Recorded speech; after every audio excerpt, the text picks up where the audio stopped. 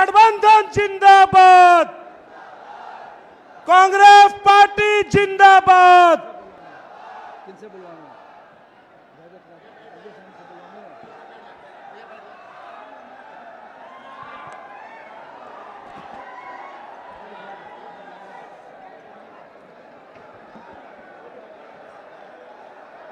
कृपया शांति बनाए रखें। आपके नेता और प्रतिपक्ष के नेता और भावी इस देश के भावी प्रधानमंत्री आपके बीच पधार चुके हैं और अब हमारे प्रतिपक्ष के नेता आदरणीय राहुल गांधी जी को हमारे यहाँ क्षेत्र के विधायक आदरणीय राजेश राम जी स्वागत करेंगे।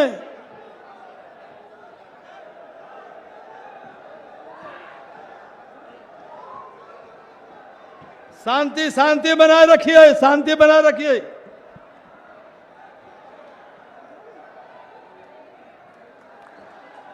चादर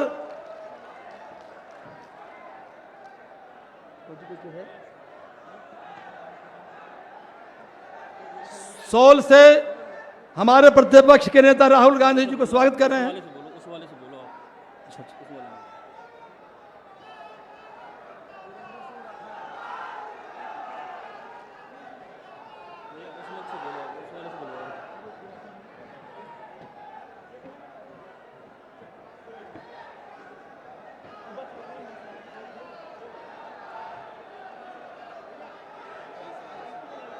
कृपया हेलो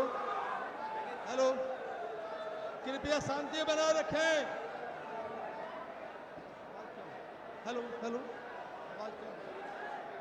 हेलो कृपया शांति बनाए रखें।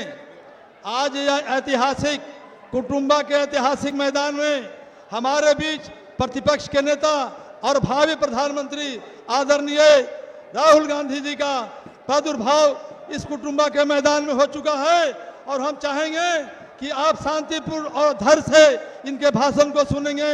इनके भाषण के पहले आप यहाँ पर अमोद चंद्रवंशी जी जो नबीनगर विधानसभा क्षेत्र से हमारे महागठबंधन के नेता उपस्थित हुए हैं और वो भी महागठबंधन के प्रत्याशी हैं, हम चाहेंगे अमोद चंद्रवंशी जी से हम चाहेंगे कि आप आकर के और इस जनसभा को महती जनसभा को संबोधित करें।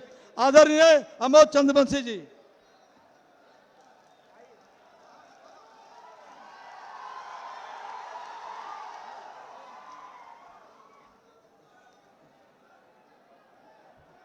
आदरणीय इस कुटुंबा के ऐतिहासिक धरती पर इस देश के अगले प्रधानमंत्री हमारे अभिभावक बड़े भाई युवा के नेता हैं, देश के भविष्य आदरणीय श्री राहुल गांधी सर इस प्रदेश के और आपके कुटुंबा विधानसभा के हमारे बड़े भाई कांग्रेस प्रत्याशी आदरणीय श्री राजेश राम जी इस कार्यक्रम में उपस्थित तमाम जनप्रतिनिधिगण, कांग्रेस के वरीय नेतागण और इस महती सभा में आए हुए तमाम हमारे माता पिता तुल्य जनता जनार्दन भगवान नौजवान साथियों, मैं आप सबों को अपनी ओर से नबीनगर बारून विधानसभा की ओर से आप सबों को नमस्कार, आदाब, प्रणाम, सलाम करता हूं। भाइयों एवं बहनों, आज का यह देश है, जो हालात है देश की आपसे छुपी हुई नहीं है। यह झूठ फरेब की सरकार, ये अफवाह की सरकार चला रहे हैं, देश में नफरत की सरकार चला रहे हैं, जात पात धर्म के नाम पर यह देश की राजनीति कर रहे हैं। भाइयों, इस सब से हम सबों को बचना है।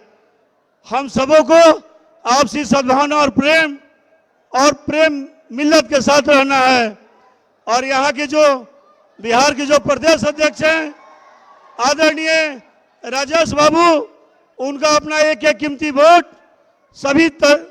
सभी वर्ग के लोग अपने चहेता नेता और बिहार के भविष्य आदरणीय राजेश राम जी का कांग्रेस साहब से हाथ छापर एक एक कीमती बटन वोट अपना दे करके इन्हें विजयी बनावे और बिहार में नई सरकार की पुनर्गठन में आप सहयोग करें। नई सरकार महागठबंधन की बनने जा रही है भाइयों, इसमें कहीं कोई सरकार दिक्कत नहीं है।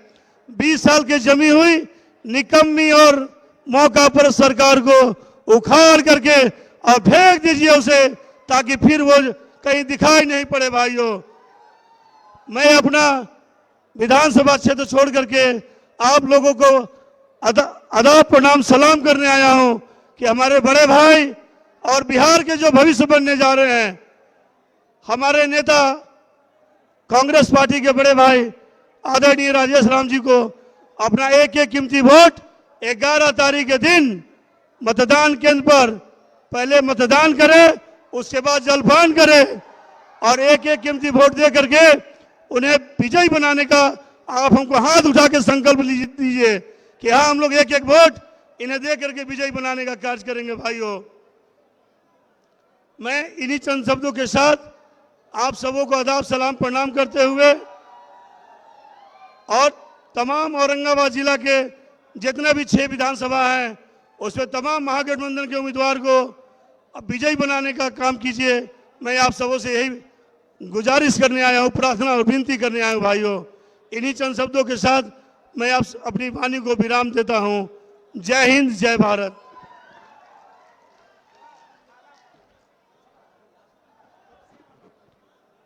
अभी आप कृपया शांति बनाए रखें। अभी आप नबी नगर के महागठबंधन के प्रत्याशी और राजद के प्रत्याशी आदरणीय अमोद चंद्रवंशी जी को सुन रहे थे और अभी आपके बीच में हमारे इस क्षेत्र के विधायक और 2 बार से विधायक, तीसरा बार में विधायक बनने का सौभाग्य प्राप्त हो रहा है आदरणीय राजेश राम जी आपको सभा को संबोधित करेंगे। और एक बात और जान लीजिए कि राजेश राम जी केवल इस क्षेत्र का प्रतिनिधित्व भी नहीं कर रहे हैं बल्कि कांग्रेस पार्टी के प्रदेश के अध्यक्ष भी हैं। और अगर इस बार ही जीत के जाते हैं और सरकार बनती है तो निश्चित रूप से आपको उप मुख्यमंत्री का पद भी इन्हें दिया जाएगा। तो अब आपके बीच में राजेश राम जी सभा को संबोधित करने आ रहे हैं। आदरणीय राजेश राम जी।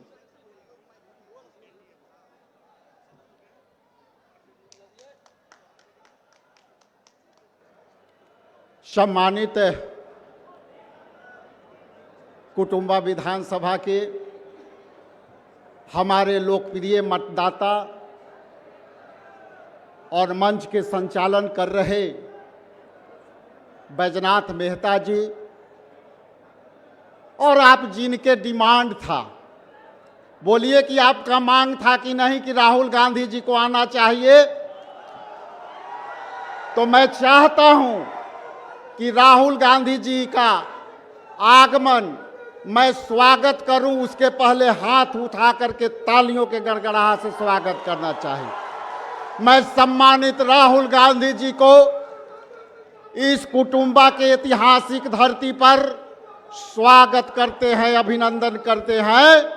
और ये इस कुटुंबा से राहुल गांधी जी ने जो आगाज किया और इंडिया गठबंधन का जो गठन हुआ, आपने जिस तरह से 2015 में मुझे, इसके बाद 2020 में मुझे और उसके पहले 4 टर्म मेरे पिता दिलकेश्वर राम जी को समर्थन दिया। और आज कुटुंबा हमारा विधानसभा नहीं, आप हमारे दिल के धड़कन हो और उस धड़कन के लिए आपको आभार करता हूं। ये बात सच है कि जब राहुल गांधी जी ने जिस तरह से एक दलित परिवार के बेटा को आपके बीच राष्ट्रीय पार्टी के बिहार के प्रदेश अध्यक्ष बनाया, तो आप जानते हैं कि कुटुंबा के मान सम्मान बढ़ाने में आदरणीय राहुल गांधी जी ने आप हम भूमिका बिताई है। इसलिए आप यदि कुटुंबा के धरती यदि मान सम्मान बढ़ा है तो इंडिया गठबंधन और सामाजिक न्याय के योद्धा राहुल गांधी जी के चलते बढ़ा है। हम ज़्यादा भाषण आपके बीच देते रहते हैं और हम आपके बीच हमेशा सुनते भी रहते हैं, लेकिन कुटुंबा के ये धरती, ये इतिहास की धरती रही है और बिहार में ये बदलाव की धरती रही है। और सामाजिक न्याय में पिछड़ा अति पिछड़ा और दलित समाज के उम्मीदवारों के जिस तरह से यहाँ 6 विधानसभा में चयन किया गया है, बगल से अमोद चंद्रवंशी जो अति पिछड़े जाति से आते हैं और कुटुंबा में जो है मैं दलित परिवार से आता हूँ, यही सामाजिक न्याय का सोच है, यही इंडिया गठबंधन का सोच है। इसलिए मैं आप सबके बीच बाधा नहीं बनना चाहता, लेकिन अंतिम में यही मैं कहना चाहता हूँ कि आप जाइए और पूरे 6 विधानसभा में अपने रिश्तेदारों को, अपने दोस्तों को फोन से ही सही कहिए कि 11 तारीख को यहाँ इतनी आगाज हो कि दिल्ली के भी गद्दी हिल जाए, दिल्ली के भी गद्दी हिल जाए। जिस तरह से इंडिया गठबंधन की सरकार यदि यहाँ आई और नीतीश कुमार जी के नेतृत्व वाली सरकार यदि यहाँ से गई, तो मानिए कि केंद्र में भी सरकार जाएगी, केंद्र में भी सरकार जाएगी। इसलिए आप सबको पुनः धन्यवाद।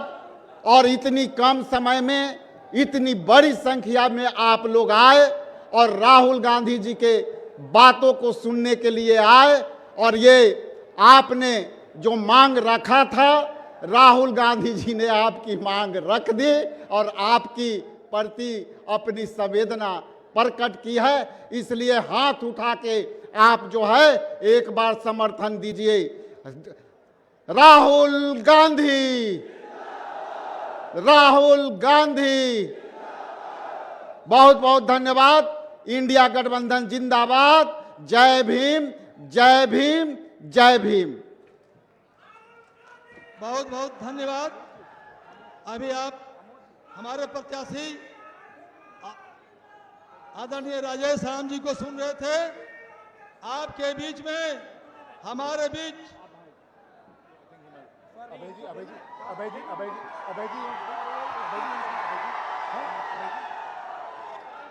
अभय जी कैन स्पीक आफ्टर मी।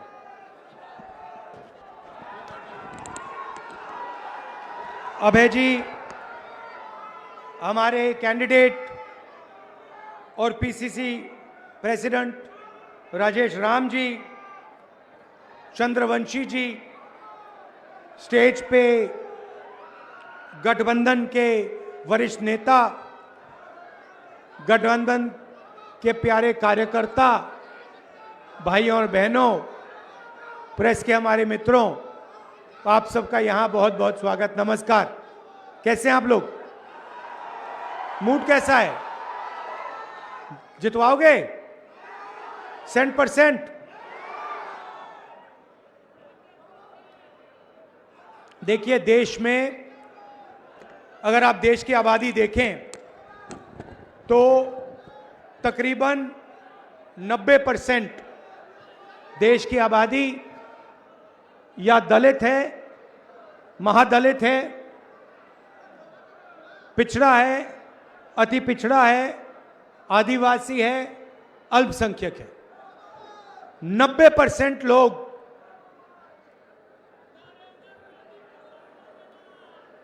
इन, हाँ, नालंदा क्या?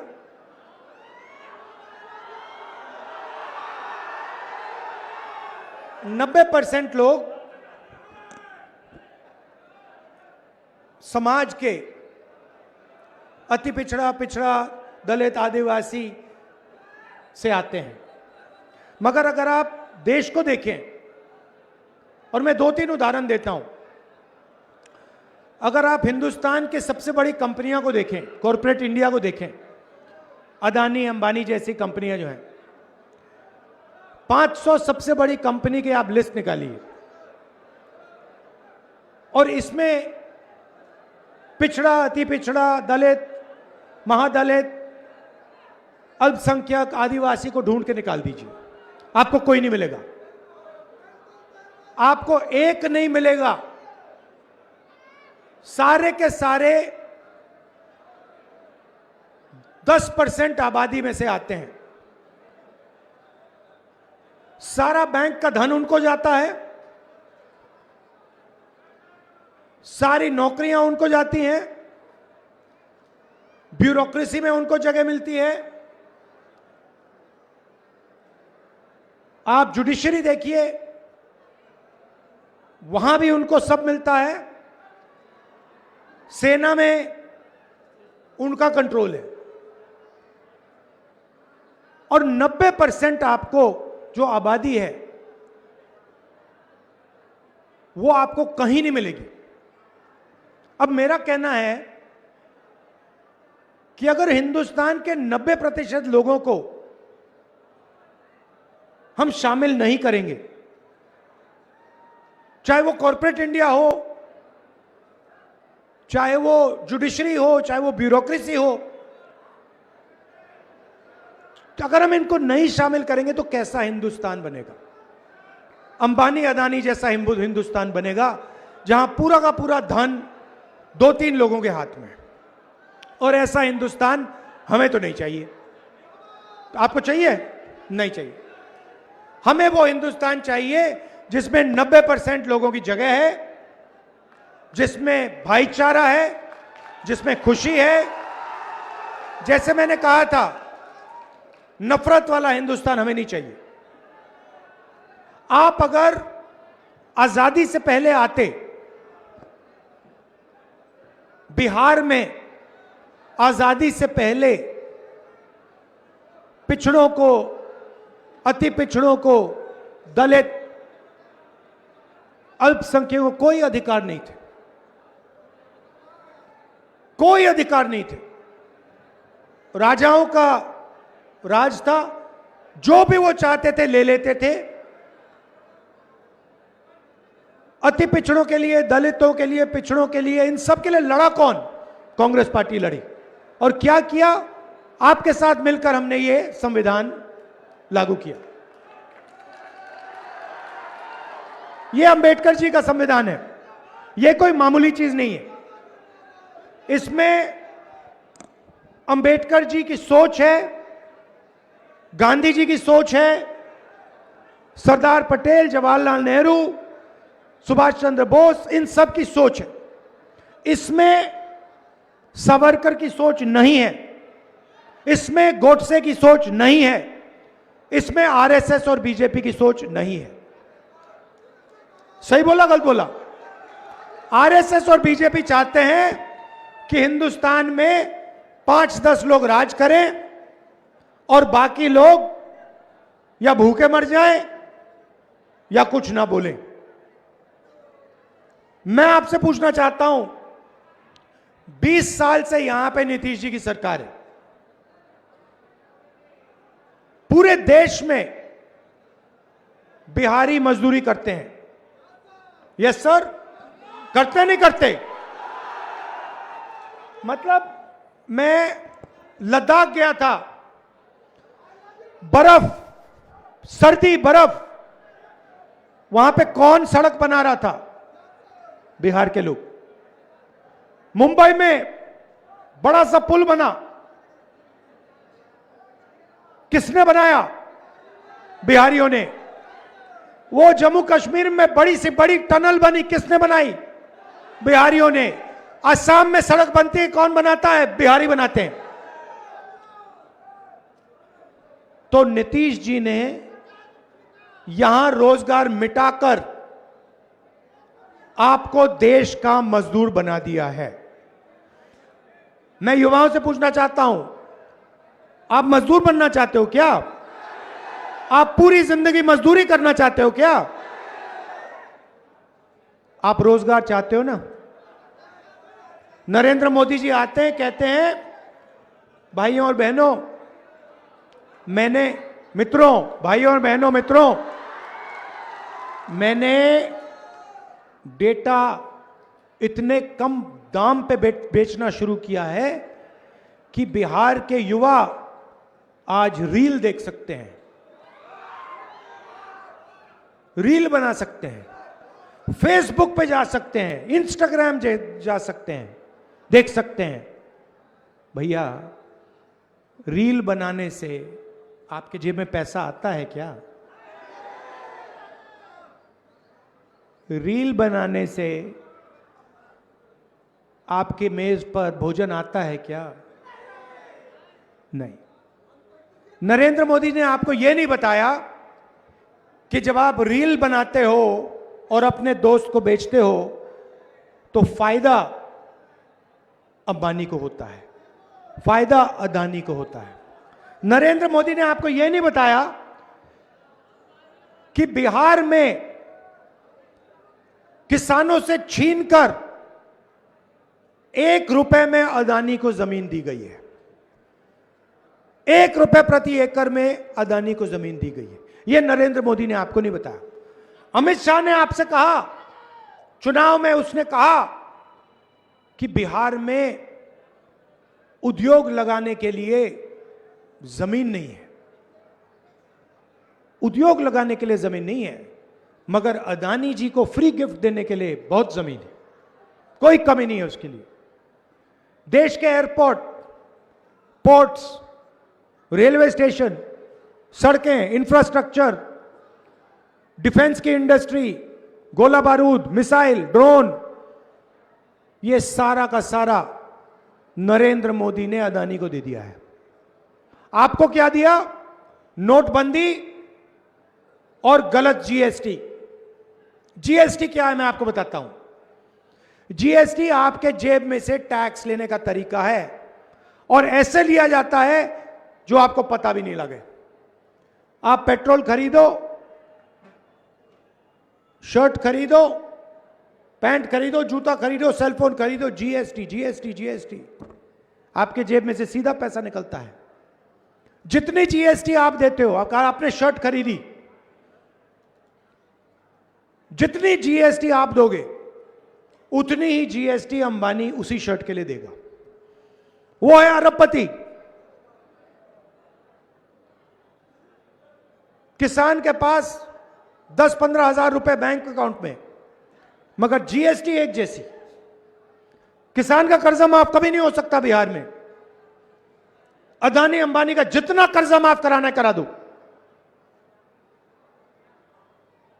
नोटबंदी और गलत जीएसटी ने बिहार के युवाओं से रोजगार छीना है। जानबूझ के बिहार के जो छोटे छोटे बिजनेस थे उनको खत्म किया गया है। क्यों? क्योंकि अदानी और अंबानी चाइना का माल बिहार में बेच पाए।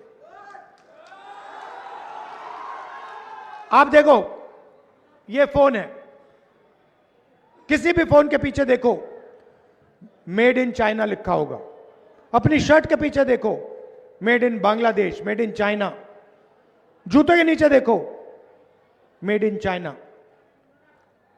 जब आप चाइना का जूता खरीदते हो, चाइना का सेलफोन खरीदते हो, फायदा चाइना के युवा को होता है, चाइना की कंपनी को होता है, और जो हिंदुस्तान में बिकवाता है उसको होता है। यह सेलफोन हिंदुस्तान में कौन बेचता है? अंबानी। अंबानी। तो फायदा किसको हो रहा है? अंबानी को, अदानी को, चाइना के युवाओं को, चाइना की कंपनियों को, नरेंद्र मोदी को। लाखों करोड़ रुपए जो अदानी बनाता है वो बीजेपी को दिए जाते हैं। आप देख लीजिए, चुनाव देख लीजिए, टीवी देखिए, उनको कोई पैसे की कमी नहीं है। मैंने भी शुरुआत में कहा मीडिया के हमारे मित्र हैं, ये हमारे मित्र नहीं है, ये उनके मित्र हैं, नरेंद्र मोदी के मित्र हैं। पैसे की कोई कमी नहीं। जितना टीवी पे दिखाना है दिखा दो नरेंद्र मोदी का चेहरा, 24 घंटे चलाओ। मगर बिहार की जनता होशियार है। मैं आपसे सवाल पूछता हूं, यह फोन है, इस पे मेड इन चाइना लिखा है, इस पे मेड इन बिहार लिखा होना चाहिए? होना चाहिए नहीं होना चाहिए? हम चाहते हैं कि मेड इन बिहार इस सेलफोन पे लिखा हो, चाहते हैं कि मेड इन बिहार आपके शर्ट पर, पैंट पर, जूते पर, कैमरा पर लिखा हो। आप भूलो मत कि एक ऐसा समय था जब दुनिया की सबसे बेहतरीन यूनिवर्सिटी नालंदा यूनिवर्सिटी बिहार में हुआ करती थी। सही बात है, लाइन लगती थी, लाइन लगती थी। चाइना के लोग, जापान के लोग, कोरिया के लोग, इंग्लैंड के लोग लाइन लगाते थे, हमें नालंदा यूनिवर्सिटी में जाना है। सबसे बेहतरीन यूनिवर्सिटी थी दुनिया में। नरेंद्र मोदी जी को ये बातें नहीं आती, फेक डिग्री मिली है उनको, झूठी डिग्री। तो आपको शिक्षा की जरूरत है। मैंने पिछली मीटिंग में कहा, यहां भी दोहराऊंगा, महागठबंधन शिक्षा पे फोकस करेगी। स्कूल, कॉलेज, यूनिवर्सिटी, एक बार फिर यहां पे सरकारी स्कूल, सरकारी कॉलेज, सरकारी यूनिवर्सिटी चालू करने का काम करेगी।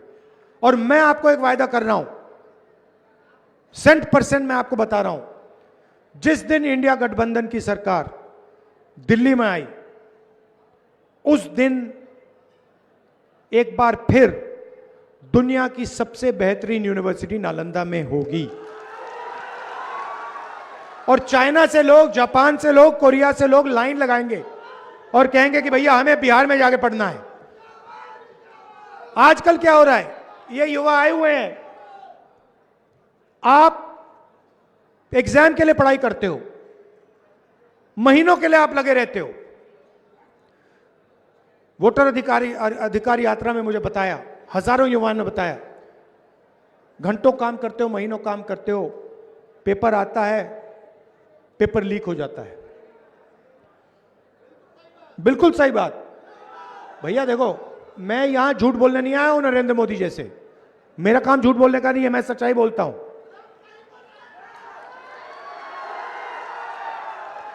तो पेपर लीक होता है, जिनकी जानकारी होती है, जान पहचान होती है, जिनके पास पैसा है, उनको सरकारी जॉब मिलती है।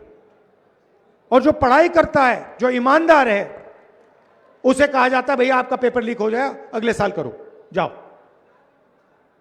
धरना चल रही थी, महीनों के लिए वहां पे बैठे हुए थे पटना में, नीतीश जी मिले तक नहीं। मैं जाके मिला, कोई मदद नहीं की उनकी। पेपर लीक हुई, चोरी हुई, उनका भविष्य उनसे चोरी किया गया, मगर एक शब्द चीफ मिनिस्टर ने नहीं बोला। बिहार का स्वास्थ्य का सिस्टम समझना चाहिए, एम्स चाहिए, ऑल इंडिया मेडिकल इंस्टीट्यूट, सामने मेट्रो स्टेशन है, रात को वहां जाइए, नीचे देखिए क्या हो रहा है। 3-4 हजार लोग ऑल इंडिया मेडिकल इंस्टीट्यूट के सामने मेट्रो स्टेशन में सोते हैं। कहां के हैं? बिहार के हैं। क्यों? क्योंकि बिहार में जीने के लिए अस्पताल में नहीं जाते हैं लोग, मरने के लिए अस्पताल जाते हैं। अगर आपको मरना है तो आप बिहार के अस्पताल में चले जाओ, मार देंगे आपको। तो रोजगार नहीं दिया, अस्पताल नहीं दिया, यूनिवर्सिटी कॉलेज नहीं दी, तो दिया क्या? कुछ नहीं दिया, भाषण करते रहते हैं। अच्छा, मैंने कहा नीतीश जी की सरकार है, नीतीश जी की सरकार ही नहीं है। जैसे टीवी का रिमोट कंट्रोल होता है, वैसे नरेंद्र मोदी जी और अमित शाह के हाथ में नीतीश कुमार जी का रिमोट कंट्रोल है। जो भी करवाना है करवा देते हैं, बटन दबाते हैं, नीतीश जी करते हैं। और ये मत सोचिए, बीजेपी ने नीतीश जी को पूरा कंट्रोल कर रखा है, दबा के पकड़ रखा है। नीतीश जी की सरकार अब बिहार में कभी नहीं बनने वाली है, खत्म हो गया काम, हो ही नहीं सकता अब।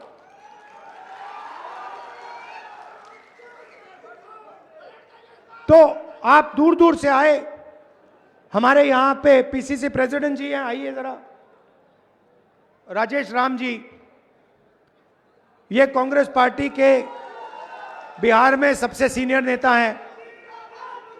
इनको आप भारी बहुमत से जिताइए। ये आखिरी बात कहना चाहता हूं, ये संविधान है, हमने वोट चोरी यात्रा, वोट अधिकार यात्रा की। ये लोग वोट चोरी करने की कोशिश करेंगे। इन्होंने महाराष्ट्र में चोरी किया, हरियाणा में किया, कर्नाटक में वोट चोरी की।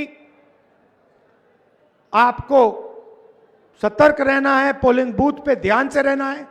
ये फिर से चोरी करने की कोशिश करेंगे और हमारे कार्यकर्ता और बिहार की जनता इनको रोकेगी।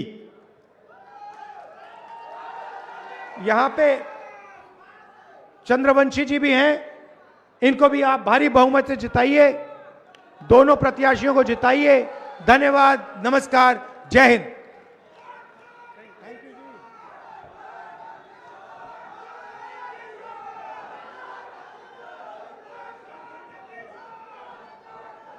अभी आप राहुल गांधी जी को सुन रहे थे।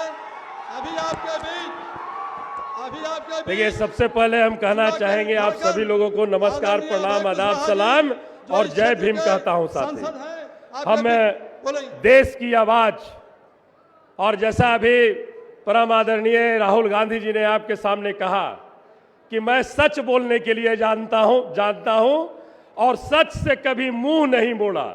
और मैंने लोकसभा में भी देखा कि जो भी प्रखर आवाज होती है सच्चाई की, ये सच्चाई पूरे देश के सामने रखने का काम करते हैं। साथी, हम इनका स्वागत करते हैं औरंगाबाद और देव की ऐतिहासिक धरती पर, गजना धाम की ऐतिहासिक धरती पर हम इनका कुटुंबा विधानसभा में हार्दिक स्वागत, वंदन और अभिनंदन करते हैं। एक बात साथी इन्होंने कहा है, एक बात इन्होंने कहा, इसे हम सब लोगों को गांठ बांध लेनी है। मैं एक नारा लगा रहा हूं, उस नारे को समझ करके आप साथ दीजिएगा। जो 90 की बात करेगा वही बिहार और देश पे राज करेगा। जो 90 की बात करेगा, जो 90 की बात करेगा, और 90 की बात परम आदरणीय राहुल गांधी जी ने आज कुटुंबा की ऐतिहासिक धरती से दे दिया है। और मैं माननीय राहुल गांधी जी आपको विश्वास दिलाता हूं, अब बिहार में 90% का ही राज होगा और देश में भी आने वाले समय में 90% के गरीब, गुरुआ, वंचित समाज, दलित समाज का राज होगा। ये 10% पूंजीवादी व्यवस्था जो देश को खोखला करने का काम कर रही है, 90% के लोग पूरी एकजुटता के साथ कड़ा मुकाबला करते हुए महागठबंधन को यहां पर भारी मतों से जिताने का काम करेंगे। और भाई तेजस्वी प्रसाद यादव जी को एक मौका देंगे बिहार को सेवा करने का, बिहार को बेरोजगारी से दूर करने का, महंगाई, भ्रष्टाचार खत्म करने का एक मौका देंगे। हम आपका पुनः स्वागत करते हुए, अभिनंदन करते हुए, महागठबंधन के जितने भी सम्मानित साथी हैं उन सभी का अभिनंदन करते हुए और आप सभी लोगों को दिल की गहराई से अभिनंदन करते हुए अपनी वाणी को विराम देता हूं। जय हिंद।